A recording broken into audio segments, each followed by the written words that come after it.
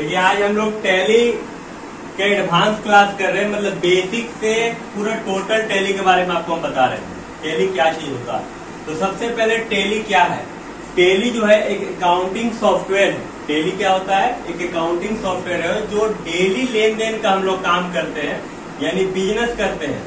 Business का जो काम करता है प्रॉपर उसका हिसाब रखने के लिए हम लोग क्या करते हैं, टैली का सहारा लेते हैं। पहले क्या होता था, हम लोग खाता वही बनाते थे, खाता में एंट्री करते थे और एंट्री करते हुए चले जाते थे। अब उसका एडवांस लेवल आ गया कि अब आसान तरीका हो गया, गलत तुरंत पकड़ में आ जाएगा। आप पहले क्या करते थे, जर्नल एंट्री बनाते थे, जर्नल एंट्री को देख के लेजर बनाते थे, लेजर को देख के ट्रायल बैलेंस बनाते थे, ट्रायल बैलेंस को देख के फाइनल अकाउंट बनाते थे। समय भी काफी लगता था और एक्यूरेसी होने का संभावना भी थोड़ा कम होता था, कहीं न कहीं मिस्टेक हो सकता था। लेकिन क्या हुआ, टैली एक सॉफ्टवेयर निकाला गया और सॉफ्टवेयर में हम लोग एंट्री करते हैं, सिर्फ जनरल एंट्री कर लेंगे तो सारी जगह भेज देगा।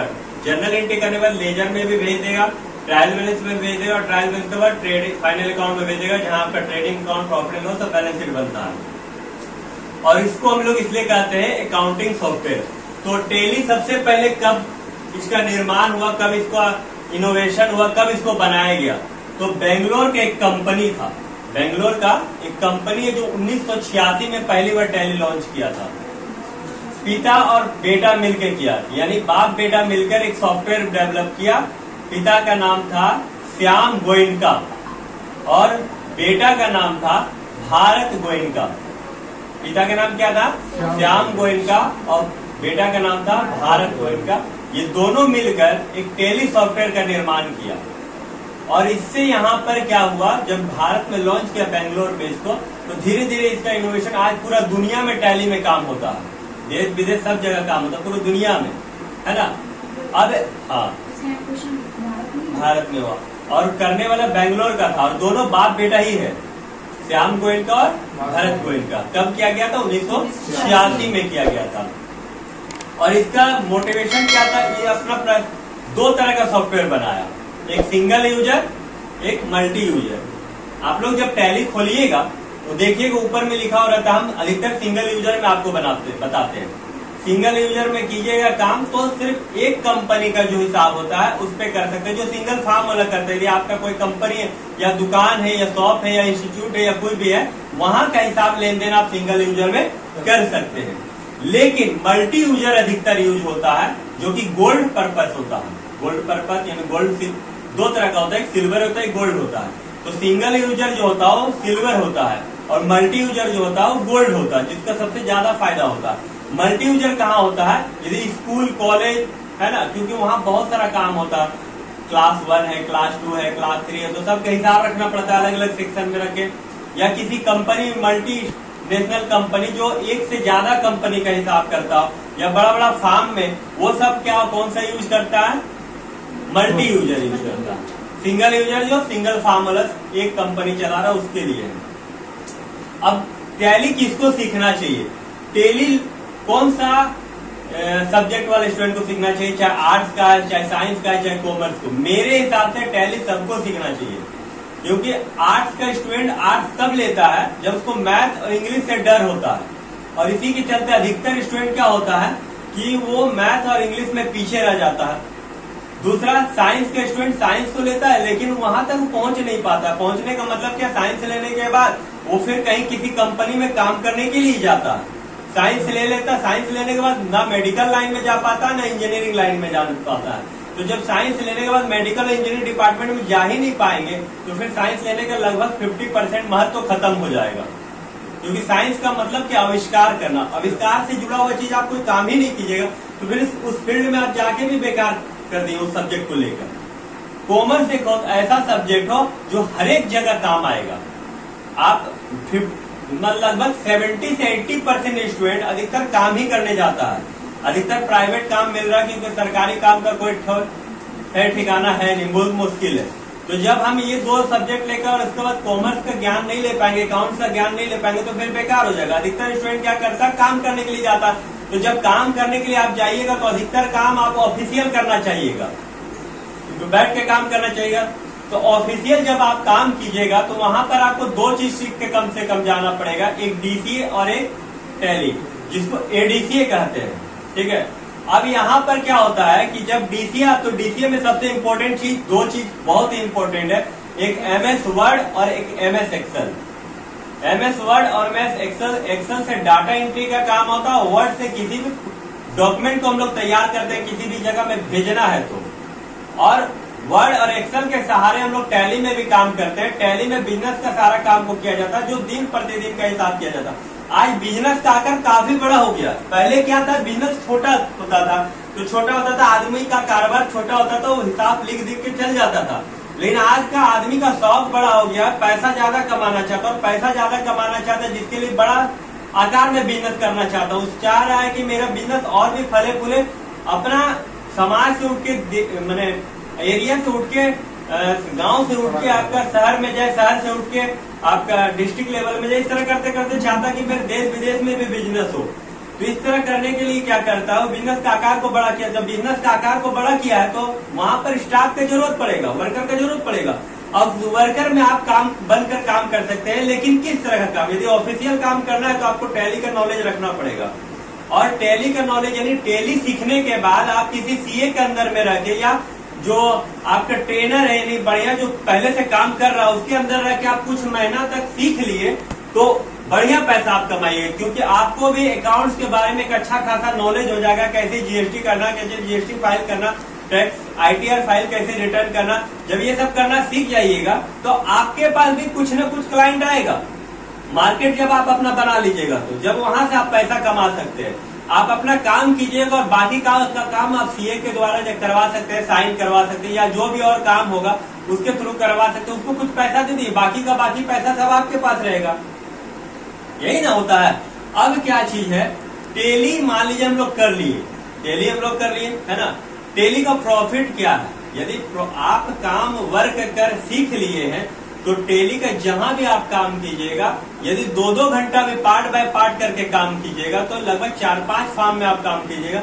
यदि शुरुआत में आपको दिक्कत होगा, शुरुआत में आप जहां भी काम कीजिएगा मुश्किल से मुश्किल आपको 3 से 4-5 हजार रुपया मिलेगा, क्योंकि आपको सिखाने के साथ पैसा भी दे रहा। तो एक तरह से वो स्कॉलरशिप हो गया आपको। लेकिन आप सोचिएगा 5,000 में क्या होने वाला है, तो हम दूसरे जगह दूसरा काम कर लेंगे तो 8,000 10,000 में, तो आप 8 से 10,000 वहीं तक रह जाइएगा।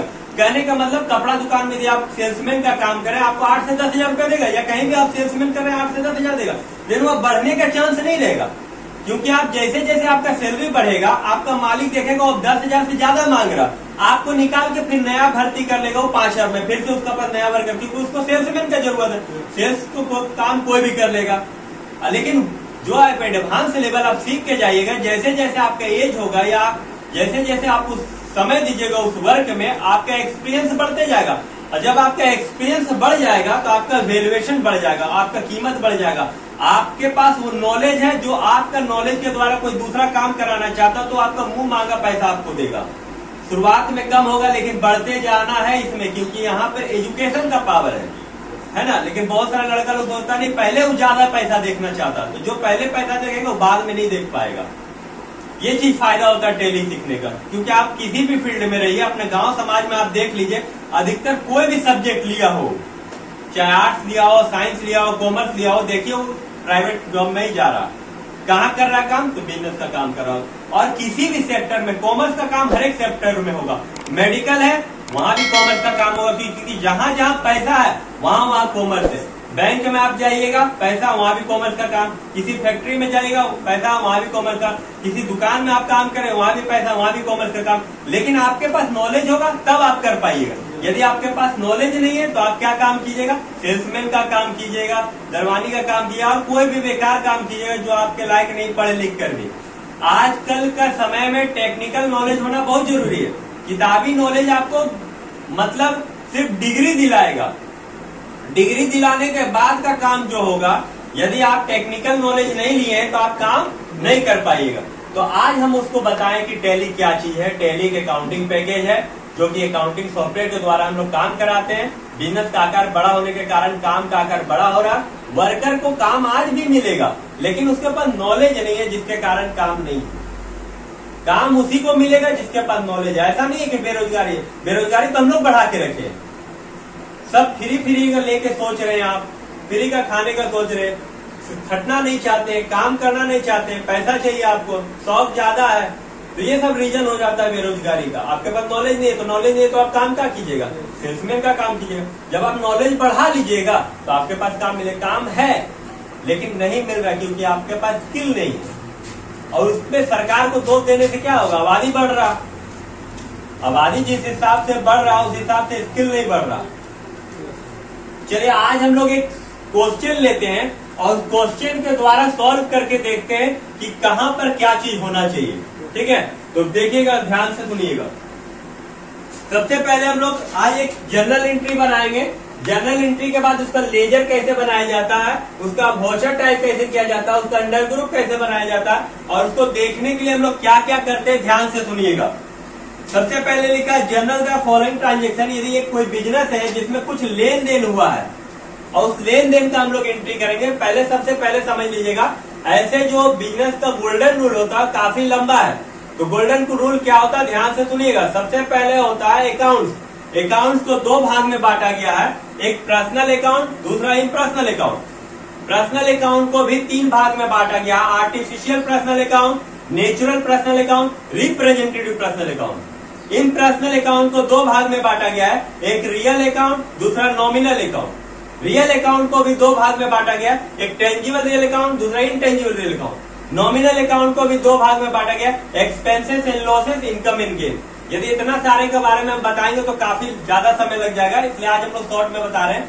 आपको गोल्डन रूल बोला तो आप तीन ही बताइएगा, एक पर्सनल अकाउंट, रियल अकाउंट और नॉमिनल अकाउंट। पर्सनल अकाउंट ये व्यक्तिगत खाता, वैसा खाता जो किसी व्यक्ति से रिलेटेड हो, फार्म, कंपनी, संस्था से रिलेटेड, उसको हम लोग पर्सनल अकाउंट बोलते हैं, है ना। इम्पर्सनल अव्यक्तिगत खाता जो रियल अकाउंट का मतलब अवास्तविक खाता, वैसा खाता जिसको हम लोग देख भी सकते हैं, छू भी सकते हैं, लेकिन वो जैसे bank account, school college account, assets account, है ना, land and building account, furniture account, cash account, stock account, ये सब जिसमें आता है। और नॉमिनल अकाउंट का मतलब हो गया अवास्तविक खाता, जिसमें सभी प्रकार के हानि और खर्च, आय और लाभ हो जाता है, जैसे प्रॉफिट हो, इनकम हो, एक्सपेंसेस हो, लॉस हो, वो सब जो कैटेगरी में आता है। इसके लिए तीन रूल बनाया गया। पर्सनल अकाउंट का रूल होता है debit the receiver, credit the giver. जो आपके पास आएगा उसको डेबिट करना है, जो आपके पास से जाएगा उसको क्रेडिट करना है। रियल अकाउंट डेबिट व्हाट्स कम इन, क्रेडिट व्हाट्स गोज आउट। जो भी अधिकार या संपत्ति आपके पास आएगा उसको डेबिट करना, जो अधिकार या संपत्ति आपके पास से जाएगा उसको क्रेडिट करना। Nominal account debit in all expenses losses, credit in all income and gain. जितना भी तरह का हानि या खर्चा होगा उसको डेबिट करना है, जितना भी तरह का इनकम या प्रॉफिट होगा उसको क्रेडिट करना। अब इतना सारा भी याद नहीं रख पाइएगा तो बस एक छोटा सा बात याद रखिएगा, जब आप जर्नल एंट्री कीजिएगा, किसी का वो हिसाब का लेन देन कीजिएगा, एंट्री में उसको बैठाइएगा, तो बस इतना ध्यान रखना, जो आपके पास पहले आएगा उसको आपको पहले लिखना है, नहीं डेबिट में लिखना, और जो आपके पास से जाएगा उसको बाद में लिखना है, नहीं टू में लिखना है। अब सबसे पहला क्वेश्चन लिखा हुआ है, राम मोहन ने नगद से व्यवसाय आरंभ किया। राम मोहन एक व्यापारी है, यानी जो बिजनेसमैन है उसका नाम है राम मोहन, और वो एक नगद पैसा से बिजनेस को स्टार्ट किया है। तो जब बिजनेस को स्टार्ट किया है तो उसका एंट्री क्या होगा। सबसे पहले हम जब बिजनेस में कोई पैसा लगाते हैं तो वहां से हमको पैसा आना शुरू हो जाता। इसका मतलब क्या हुआ कि मेरे पास आ रहा है पैसा, लेकिन किस जगह से आ रहा है, जहां हम पूंजी लगाए, जहां हम पूंजी लगाए उस जगह से पैसा आ रहा। इसका मतलब यहाँ पर एंट्री हो जाएगा, यानी cash account debit to Ram Mohan capital account. यानी मेरे पास कैश आया है, और कैश किस रूप में आया, जिस जगह हम पूंजी लगाए हैं। एक डेट दिया हुआ है, मान लीजिए 1 मार्च 2023, ठीक है। इसका अमाउंट दिया हुआ है, मान लीजिए 10,000 रुपया। अब यहाँ पर हम लोग वोचर टाइप बैठाएंगे, लेकिन वोचर टाइप हम लास्ट में बैठाएंगे ताकि आपको क्लियर समझ में आ जाए।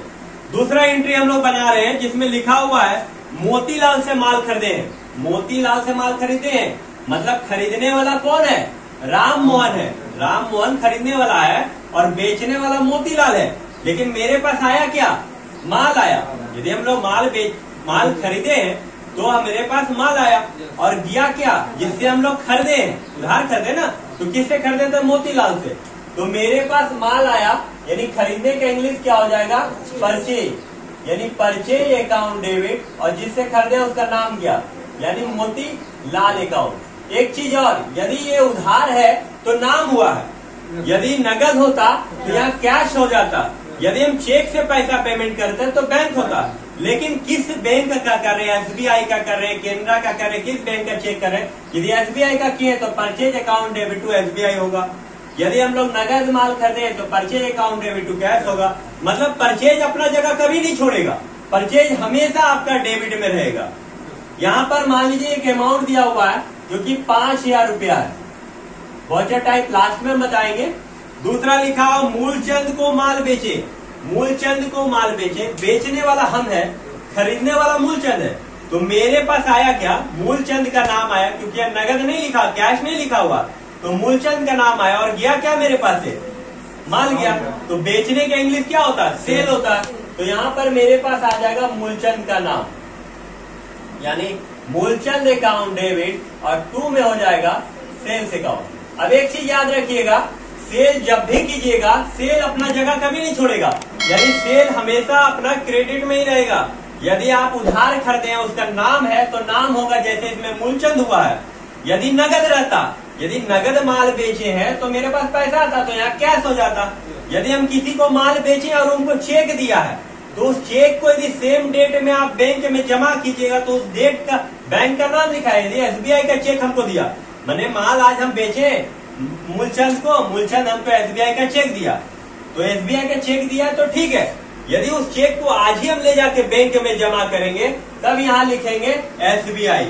यदि हम आज नहीं जमा करेंगे चेक को, किसी दूसरे दिन जमा करेंगे तो यहाँ फिर कैसे होगा, ठीक है। सेम डे में यदि चेक मिला और सेम डे को हम लोग बैंक में जमा करेंगे तो जिस बैंक में जमा करेंगे उस बैंक का नाम होगा।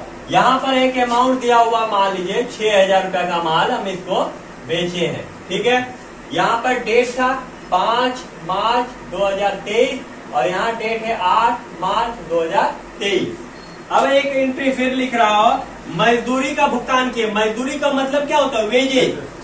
मजदूरी मजदूर लोगों को दिया जाता है। मजदूरी किसको दिया जाता है, मजदूर लोग, जो मजदूरी का काम करता है, मतलब किसी फील्ड में काम करता है। फील्ड का मतलब जहाँ पोजीशन में काम हो रहा, आपका फैक्ट्री में काम हो रहा है, उसी जगह वर्कर काम कर रहा, उसको मजदूरी देते हैं। तो मजदूरी दिए तो मेरा पास आया क्या, मजदूरी का नाम यानी वेजेज का नाम, और जाएगा क्या, पैसा, क्योंकि मजदूर को नगद ही पैसा दिया जाता है। तो मेरे पास आया मजदूरी का नाम यानी वेजेज, वेजेज अकाउंट डेबिट, और टू में क्या हो जाएगा, टू में कैश हो जाएगा। और यहाँ पर अमाउंट दिया 3,000 रुपया और डेट है 15 मार्च को, 15 मार्च 23। अब क्या है, यदि चेक से भी दे सकते थे, लेकिन अधिकतर मजदूरी नगद ही दिया जाता है, क्योंकि मजदूरी नीचे ग्रेड वाले वर्कर लोग को दिया जाता है, इसलिए उसको नगद पैसा की जरूरत पड़ता है, वहाँ चेक नहीं चलता। यदि चेक दिया भी जाता है तो यहाँ पर चेक का नाम हो जाएगा, नहीं उस बैंक का नाम हो जाएगा जिस बैंक का उसको चेक मिल रहा है। अब यहाँ पर फिर क्या लिखा है, बोला ऑफिस प्रयोग के लिए हम लोग साइकिल खरीदे। हम लोग ऑफिस जाने के लिए एक साइकिल खरीदे, तो मेरे पास क्या आया, बिजनेस का खर्चा है ना, यदि पर्सनल खर्चा नहीं है, हम अपना बिजनेस को चलाने के लिए साइकिल खरीदे हैं। मेरे पास सुविधा नहीं था और उस जाने के लिए, ऑफिस को जाने के लिए हम लोग साइकिल खरीदे, तो मेरे पास क्या आएगा, साइकिल आएगा। साइकिल आया और क्या गया मेरे पास है, पैसा गया, क्योंकि नाम नहीं दिया किस साइकिल दुकान से आप खरीदे, बोला साइकिल खरीदे हैं, तो इसका मतलब जब नाम नहीं दिया हुआ तो आप नगद दे के खरीदे होंगे, तो आपके पास क्या आ जाएगा, पैसा आ जाएगा। Cycle account debit to cash account, और साइकिल का पेमेंट लिखा हुआ है 3,000 रुपया। यहाँ डेट दिया हुआ है 25 मार्च 23। उसके बाद एक एंट्री और है, लिख रहा महेश को किराया दिए। किसको किराया दिए, महेश को।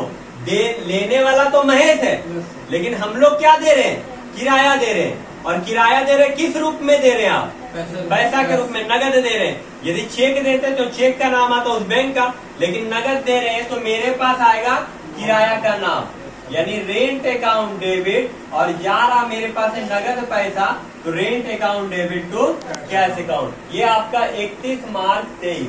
अब क्या किया जाता है, जब पूरा एंट्री आपका बन गया है तो आप इसको जोड़ दीजिएगा, टोटल कर दीजिएगा। जोड़ते 10,000 5 15 6 21 21 3 24 3 27 27 और यहाँ पर आपका रेंट दिया हुआ 2,000, तो 27 और 2 टोटल हो गया 29,000। यानी ये जो लेन देन हुआ है 1 मार्च से 31 मार्च के बीच 1 महीना का लेन देन, ये आपका 29,000 रुपया का हुआ है। यहाँ से आप उसको लेजर में डालिएगा, लेजर से ट्रायल बैलेंस में डालिएगा और ट्रायल बैलेंस से फिर आपका फाइनल अकाउंट में जाएगा। फाइनल अकाउंट में सबसे पहले ट्रेडिंग अकाउंट बनेगा, फिर प्रॉफिट एंड लॉस और फिर बैलेंस शीट। अब यहाँ पर आते हैं, हम अंडर ग्रुप में जानते हैं। पहले अंडर ग्रुप जान रहे हैं यहाँ पर, चलिए पहले वोचर टाइप बैठा लेते हैं। वोचर टाइप जैसे यहाँ पर लिखा है cash to Ram Mohan capital. Voucher type यहाँ पर कितना तरह का होता है ध्यान दीजिएगा। सबसे पहले F4 होता है जिससे हम लोग एंट्री करते हैं। इसे वोचर टाइप बहुत सारा है, लेकिन कॉमन जिससे हम लोग एंट्री होता है उस वोचर टाइप को हम लोग यहाँ दिखा रहे हैं। F4 जो कि contra voucher, F5 payment voucher, F6 receipt voucher, F7 journal voucher, F8 sales voucher, F9 purchase voucher है, control plus F8 sales return voucher है और control plus F9 purchase return voucher है। अब चलिए सबके बारे में जान लेते हैं हम लोग, जो स्पेशल है पहले। तो यहाँ पर सबसे पहले स्पेशल F4 है। F4 कॉन्ट्रा वोचर होता है। कॉन्ट्रा वोचर का मतलब दो ही होता, यदि आप पैसा को बैंक में ले जाके जमा किए हैं या बैंक से पैसा निकाले हैं, बस उसी कंडीशन में आपका F4 काम देगा और कोई कंडीशन में F4 काम नहीं देगा। सबसे पहले क्या होगा, यदि आप बैंक में पैसा जमा किए, नहीं बैंक में ले जाके पैसा जमा किए तो क्या एंट्री होगा, bank account debit to cash account, तब F4 लगेगा। या बैंक से पैसा निकाले हैं तब F4 लगेगा, क्योंकि जब बैंक से पैसा निकाले तो आपका एंट्री क्या होगा, cash account debit to bank. यानी बैंक टू कैश या कैश टू बैंक, दोनों का जब एक साथ मिलन होगा तब एंट्री होगा किससे, F4। यहाँ हम लोग चेक करते हैं, यहाँ कैश टू बैंक नहीं है या बैंक टू कैश नहीं, किसी भी एंट्री में नहीं है। देखिए ना कैश टू बैंक है ना बैंक टू कैश है, कोई भी एंट्री में यहाँ से जो 6 एंट्री है इसमें नहीं है। इसका मतलब ये कॉन्ट्रा वोचर इसमें काम नहीं करेगा। दूसरा आते हैं पेमेंट वोचर। पेमेंट वोचर का मतलब आप किसी को पैसा दिए हैं, चाहे किसी भी रीजन से हो, माल खरीदे हैं तो दिए हैं या खर्चा किए हैं तो दिए या किसी पार्टी को दिए हैं। जब पेमेंट कर रहे हैं तब आता है। तो पेमेंट कर रहे हैं तो हमेशा कैश नीचे होता है। पेमेंट जब आप किसी को देते हैं या नगद माल खरीदते हैं या किसी का मजदूरी को चुकाते हैं या खर्चा देते हैं तो हमेशा कैश क्या होता है, नीचे। यानी नीचे का मतलब टू साइड में होता है, क्रेडिट होता है, टू साइड इसको बोलते हैं। तो जब भी आपका 2 में कैश होगा तब या 2 में बैंक होगा तब क्या एंट्री करेंगे, पेमेंट कर रहे हैं। पेमेंट का एंट्री क्या होता है, F5। चलिए देखते हैं यहाँ पर कौन कौन पेमेंट है। तो कैश टू राम मोहन ये पेमेंट नहीं है। यहाँ पर उधार माल खरीदा गया ये भी पेमेंट नहीं है। यहाँ पर नगद उधार माल बेचा गया ये भी पेमेंट है। लेकिन यहाँ वेजेज दे रहे, मजदूरी हम लोग दे रहे, पेमेंट कर रहे हैं। तो इसका मतलब यहाँ जब कैश नीचे 2 में है तो इसका एंट्री क्या होगा, F5 से होगा। यहाँ भी देखिए आप साइकिल खरीदे हैं तो पैसा आपके पास से जा रहे हैं, पेमेंट कर रहे हैं आप। जब पेमेंट आप कर रहे हैं तो यहाँ भी एंट्री F5 से होगा।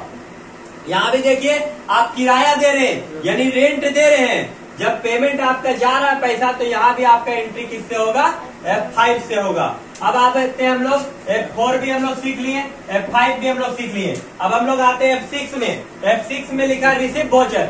रिसिप्ट वोचर का मतलब होता है जब आप पैसा आपको किसी भी रीजन से मिले, किसी पार्टी से भी मिले या किसी जो इनकम हुआ वहां से मिले, रेंट मिले, सैलरी मिले, कुछ भी, या आप बिजनेस स्टार्ट किए, यानी कैश जब भी हमेशा डेबिट होगा या बैंक हमेशा जब भी डेबिट होगा तब हम लोग कौन सा वोचर से काम करेंगे, F6 से। यानी रिसीव कर रहे हैं तो F6 यहाँ पर कौन कौन है, यहाँ देखिए पहला एंट्री F6 है, cash account debit to Ram Mohan. यानी राम मोहन से हमको पैसा, बिजनेस में जो लगाए थे पैसा, वहां से पैसा मेरे पास आ रहा। तो यहाँ पर कौन सा वोचर से एंट्री होगा, F6 से होगा। क्लियर है। ये वोचर अभी नहीं आया, ये भी नहीं आया, इसको भी हम लोग आगे देखेंगे। चलिए यहाँ F6 हम लोग सीख गए हैं, अभी F7 को स्किप कर रहे हैं, बाद में समझाएंगे।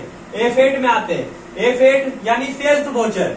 सेल्स वोचर का मतलब जब भी आप लोग कभी भी माल को बेचे हैं, खास करके उधार यदि आप माल बेच रहे हैं, उधार माल बेच रहे हैं, उस समय अधिकतर यूज होता है F8। क्योंकि जब आप माल बेचते हैं तो पार्टी का नाम आता है और आपके पास एक जा क्या रहा है, माल जा रहा है। तो जब भी सेल तो आपको देख के ही पहचान में आ जाएगा कि सेल हुआ है। तब आप जब भी सेल कीजिएगा तो आप इसको क्या कीजिएगा, F8 कीजिए। अब हम लोग आते हैं, F8 हो गया। F9 purchase voucher. Purchase voucher में जब भी अधिकतर एंट्री होता है F9 उधार खरीदा हुआ। यदि आप जब उधार खरीदे हैं तब F9 से एंट्री करेंगे। यदि नाम से पता चल गया परचेज टू मोतीलाल, यानी यहाँ पर F9 यूज होगा। तो जनरल एंट्री में जितना दिया हुआ था उतना तो हम बता दिए हैं, लेकिन अब हम लोग एक बार आते हैं सेल्स रिटर्न है। उसके बाद देखिए सेल्स का एंट्री होता है F8, लेकिन यदि सेल्स रिटर्न आप माल बेचे हैं और किसी कारण से ग्राहक को पसंद नहीं आया माल, या माल आप खराब भेज दिए तो वो रिटर्न करेगा। तो जब आपके पास माल वापस आएगा तब आप एंट्री कीजिएगा कंट्रोल प्लस F8 जो होता सेल्स के लिए होता, और रिटर्न हो जाएगा तो कंट्रोल उसमें जुड़ जाएगा। तो F8 भी क्लियर हो जाना चाहिए। अब हम लोग आते हैं F9, control F9। Control F9 का मतलब क्या होता है? Purchase return. Purchase return F9 से होता है परचेज का एंट्री, और उसमें यदि कंट्रोल जुड़ जाता है तो जब भी कंट्रोल जुड़ जाएगा तो क्या एंट्री हो जाएगा? Purchase return. याद रखिएगा, जब भी माल खरीदे और उस माल को आप रिटर्न कर रहे हैं तब उस समय हम लोग एंट्री क्या करेंगे? परचेज रिटर्न में करेंगे, यानी कंट्रोल F9, क्योंकि परचेज का एंट्री F9 होता है, रिटर्न हो जाने से क्या होता है? Control F9। अब एक बार यहाँ से समझ लेते हैं। F4 से बैंक में पैसा जमा किया, बैंक से निकाले। F5 किसी को पैसा दिए, F6 किसी से पैसा मिला किसी भी रीजन से, F8 सेल्स हो गया, F9 परचेज हो गया, और कंट्रोल F8 सेल्स रिटर्न हो गया, कंट्रोल F9 परचेज रिटर्न। ये सब स्पेशल एंट्री के लिए। अब बाकी का ये सब एंट्री किससे नहीं होगा? जो बच जाएगा बाकी सब किससे होगा? F7 से होगा। जैसे मान लीजिए कि कोई माल मशीन खरीदे आप, उस पे 5% के हिसाब से डेप्रिसिएशन लग गया, तो डेप्रिसिएशन का एंट्री क्या होगा? Depreciation account debit to machine account. तो उस समय कौन सा एंट्री से करेंगे हम लोग? F7 से। यदि राम को माल बेचे हैं, राम मेरा पैसा डुबा दिया, तो पैसा तो डूब गया, तो डूबने का नाम आएगा bad debts account debit to Ram account. Ram मेरा पैसा नहीं दिया तो ना F4 होगा, ना F5 होगा, ना F6 होगा, ना F8 होगा, ना F9 होगा, ना कंट्रोल F8 होगा, ना कंट्रोल F9 होगा। तो लास्ट में किससे होगा? F7 से होगा। क्लियर है ना? ये सब बाकी का जो एंट्री जिससे नहीं होगा वो सारा एंट्री हम लोग किससे करेंगे? F9 F7। मतलब जैसे एक आलू की तरह, जब आप सारा सब्जी अलग अलग स्पेशल होता है लेकिन आलू सब में घुल मिल जाता है, तो जिस एंट्री का नहीं होगा उसका हम लोग किससे एंट्री करेंगे? F7। तो उम्मीद है कि वोचर टाइप आपको समझ में आ गया होगा, एंट्री भी समझ में आ गया होगा। अब हम लोग लेजर और उसका अंडर ग्रुप को सीखते हैं। जैसे यहाँ पर लेजर हम लोग जब एंट्री करेंगे तो सब का एक एक नाम लिख देंगे। जैसे यहाँ पर कैश है, फिर राम मोहन कैपिटल है, राम मोहन कैपिटल है, फिर परचेज है,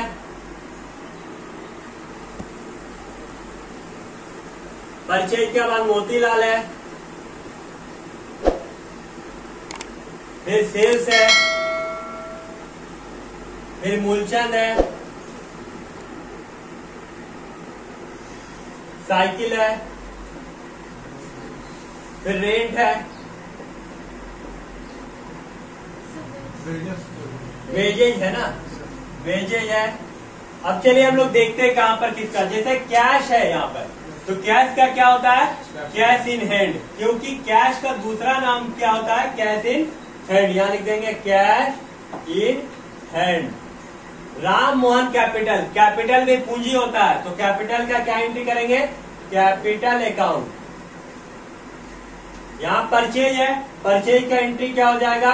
परचेज अकाउंट। यहाँ मोतीलाल है, नाम से पता नहीं चल रहा कि पैसा देने वाला है डेटर से या क्रेडिटर है, तो इसको जानने के लिए हम लोग क्या करेंगे? हम लोग एंट्री देखेंगे। मोतीलाल से हम लोग क्या करते हैं? माल। तो माल खरीदे तो मोतीलाल हमसे क्या लेगा? पैसा लेगा ना। तो जब पैसा लेगा तो वो लेने वाला यानी सेंडिंग क्रेडिटर्स हो जाएगा। यहाँ सेल्स का क्या हो जाएगा? सेल्स अकाउंट हो जाएगा। मूलचंद पता नहीं चल रहा क्या है, डेटर से या क्रेडिटर से, तो मूलचंद का एंट्री हम लोग देखेंगे। मूलचंद टू सेल्स है, यानी मूलचंद को हम लोग माल बेचे, तो जब मूलचंद को हम लोग माल बेचे तो मूलचंद हम लोग को क्या देगा?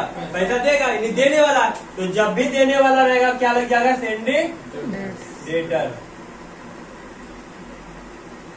यहाँ साइकिल है, साइकिल हम लोग किस लिए लिए? बिजनेस को चलाने के लिए खरीदे थे, क्योंकि बिजनेस हम जहाँ बिजनेस था आने जाने में दिक्कत होता था, जिसके कारण नुकसान होता था, उस नुकसान का भरपाई के लिए हम अपना सुविधा के लिए क्या खरीदे, साइकिल खरीदे बिजनेस के लिए। और उस बिजनेस के लिए साइकिल खरीदे तो मेरे लिए क्या हो गया, फिक्स एसेट हो, बेचने के लिए नहीं खरीदे उसको बिजनेस में लगाए, मतलब उससे हम कमा रहे, समय बच रहा, तो इसलिए उसका एंट्री क्या हो जाएगा, साइकिल का यहाँ फिक्स एसेट। लेकिन यदि ये साइकिल जो बेच रहा है, साइकिल का दुकान होगा ना जहां हम खरीदे, तो साइकिल वाला दुकान के लिए साइकिल क्या हो जाएगा, करंट एसेट हो जाएगा। क्या हो जाएगा, करंट। लेकिन हम खरीद के लाए उसका यूज करने के लिए, तो मेरे लिए क्या हो गया, फिक्स एसेट हो गया। उसके बाद रेंट है, रेंट इनडायरेक्ट एक्सपेंसेस है, क्योंकि इनडायरेक्ट एक्सपेंसेस इस तरह है क्योंकि ये माल बनाने पे खर्च नहीं किए हैं, माल बनने के बाद का ऑफिस का खर्चा, इसलिए इसको हम लोग कहाँ डालेंगे, इनडायरेक्ट एक्सपेंसेस में डालेंगे। और वेजेज, वेजेज कहाँ का खर्चा, फैक्ट्री का खर्चा, तो जो फैक्ट्री का खर्चा होता है माल बनाने में खर्च होता है, तो इसको हम लोग कहाँ लिखेंगे, डायरेक्ट एक्सपेंसेस, डायरेक्ट एक्सपेंसेस। अब यहाँ पर हम लोग क्या किए, सबसे पहले जर्नल एंट्री बनाए, जर्नल एंट्री बनाने में एंट्री जब कर लिए, अब एंट्री इसको कैसे करेंगे, है ना, तो कंप्यूटर में एंट्री करने के लिए सबसे पहले आपको करना होगा, टैली को ओपन करना होगा। क्या करना होगा, टैली को ओपन करना होगा। टैली को जब आप ओपन कीजिएगा तो ओपन करने के बाद Alt F3 बटन दबाएंगे। याद रखिएगा कोई भी काम करने से पहले ऊपर में देखिएगा ग्रीन कलर का लिखा रहेगा गेटवे ऑफ टैली, वहां पर आने के बाद ही आपको वहां से बटन दबाना है। कोई दूसरे जगह दबाइएगा तो दूसरे जगह पहुंच जाइएगा, इसलिए पहले आप स्किप करिएगा ESC बटन से, कीबोर्ड का सबसे ऊपर वाला बटन से कोना साइड में, और स्किप करने के बाद गेटवे ऑफ टैली ऊपर में देखिएगा ग्रीन कलर का लिखा हुआ रहेगा, वहां आने के बाद Alt F3 बटन दबाइएगा। क्रिएट कंपनी में नीचे आइएगा डाउन एरो से और इंटर प्रेस कीजिएगा। एक फॉर्म मिलेगा आपको, एक फॉर्म मिलेगा, उस फॉर्म को आपको भरना पड़ेगा। वहां पर कंपनी का नाम लिखिए, एड्रेस लिखिए, GST नंबर, जो जो उसका डिटेल दिया हुआ वो डिटेल आप सारा डाल दीजिए, और उसके बाद कंट्रोल ए से क्या कीजिए, सेव कर लीजिए। सेव करने के बाद आपको लेजर बनाना पड़ेगा। लेजर बनाने के लिए आप फिर से वापस स्केप होइए और गेटवे ऑफ टैली में आइए और ALC दबाइए। ALC दबाने के बाद जो भी आप यहाँ पर एंट्री किए हैं उस एंट्री का लेजर आप बना लीजिए। लेजर बना लेने के बाद क्या करना है, लेजर और अंडर ग्रुप डाल दिए। उसके बाद फिर आप बैक हो जाइए, स्किप हो जाइए। स्किप होने के बाद फिर वॉचर टाइप यानी वॉचर एंट्री करना है, तो वॉचर एंट्री करने के लिए आपको वहां पर प्रेस करना होगा V। क्या प्रेस करना होगा, V। वहां पर सेटअप कर लीजिएगा, कुछ सेटअप रहेगा, उस सेटअप करने के लिए आपको यहाँ पर क्या दबाना होगा, F11 दबाने के बाद जब आप एंट्री करना शुरू कीजिएगा तो अकाउंट्स का नेचर होता है कि 31 मार्च होता है। बिजनेस का शुरुआत ईयर कोई भी हो, लेकिन एंडिंग ईयर हमेशा 31 मार्च रहता है, तो वहां पर लास्ट एंट्री आप 31 मार्च का कर लीजिएगा, ताकि आपको सारा चीज अपना अलग अलग जगह में भेज दिया जाएगा। मतलब जैसे ट्रेडिंग अकाउंट में, PL अकाउंट में, बैलेंस शीट में, जहां जहां उसको डालना हो डाल देगा। उसके बाद डे बुक देखना है, जर्नल एंट्री आप जो बनाए हैं, आप चाहिएगा कि हम सिस्टम में जर्नल एंट्री देखें, तो आप वहां पर डबल D दबाइएगा, नहीं D दबाने के बाद फिर से D दबाइएगा। लेजर यदि आपको देखना है कि आप लेजर बनाए हैं, जो बना है यानी उसको देखने के लिए आप DAL दबाइएगा। उसके बाद यदि आपको यहाँ देखना ट्रायल बैलेंस आपको देखना है, तो ट्रायल बैलेंस के लिए आप क्या कीजिएगा, DT दबाइएगा। क्या दबाइएगा, DT। तो इससे आपको क्या दिखेगा, ट्रायल बैलेंस दिखेगा। और trading and profit and loss account यदि आपको देखना है तो इसके लिए आपको P दबाना होगा। क्या दबाना होगा, P। और बैलेंस शीट देखने के लिए आपको B दबाना होगा। लेकिन इतना याद रखिएगा, आपको हर बार स्किप होके गेटवे ऑफ टैली में पहुंचना है। यदि आप गेटवे ऑफ टैली में नहीं पहुंच के वहीं पर दबाइएगा तो आप फंस जाइएगा, आप नहीं चेक कर पाइएगा। तो सबसे पहले हर एक काम को पूरा करने के बाद फिर से हम स्किप होंगे और गेटवे ऑफ टैली में पहुंचने के बाद हम लोग वहां पर सारा काम प्रोसेस से कर सकते हैं। तो ये रहा पहला क्वेश्चन के द्वारा आपको समझाया गया किस तरह से आप एंट्री कर सकते हैं। क्लियर है?